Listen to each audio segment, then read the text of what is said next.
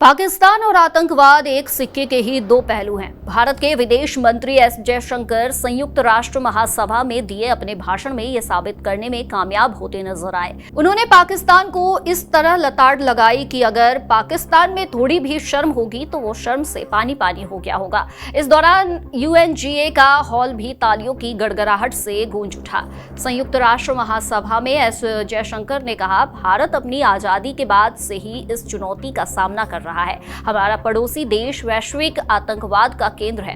दशकों से प्रमुख अंतर्राष्ट्रीय आतंकवादी हमलों के तार उसी देश से जुड़े पाए जाते हैं। संयुक्त राष्ट्र की आतंकवादियों की सूची में उसके नागरिकों के नाम भरे पड़े हैं। पहलगाम हमले का जिक्र करते हुए एस जयशंकर ने कहा कि सीमा पार बर्बरता का सबसे ताजा उदाहरण इस साल अप्रैल में पहलगाम में निर्दोष पर्यटकों की हत्या थी। भारत ने आतंकवाद के खिलाफ अपने लोगों की रक्षा करने के अपने अधिकार का प्रयोग किया और इसके आयोजकों और अपराधियों को न्याय के कटघरे में खड़ा किया। विदेश मंत्री ने कहा कि हमें खतरों का भी दृढ़ता से सामना करना होगा। आतंकवाद का मुकाबला करना एक विशेष प्राथमिकता है क्योंकि इसमें कट्टरता, हिंसा, असहिष्णुता और भय का समावेश होता है। भारत अपनी आजादी के बाद से ही इस चुनौती का सामना कर रहा है क्योंकि उसका पड़ोसी वैश्विक आतंकवाद का केंद्र है। दशकों से बड़े अंतर्राष्ट्रीय आतंकवादी हमलों के पीछे इसी देश का हाथ रहा है।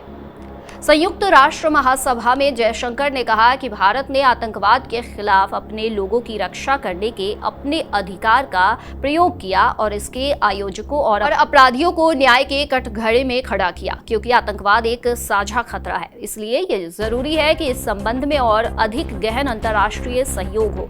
जब राष्ट्र खुले तौर पर आतंकवाद को अपनी राजकीय नीति घोषित करते हैं, जब आतंकवादी अड्डे औद्योगिक पैमाने पर संचालित होते हैं, जब आतंकवादियों का सार्वजनिक रूप से महिमा मंडन किया जाता है, तो ऐसी कार्रवाइयों की स्पष्ट रूप से निंदा की जानी चाहिए।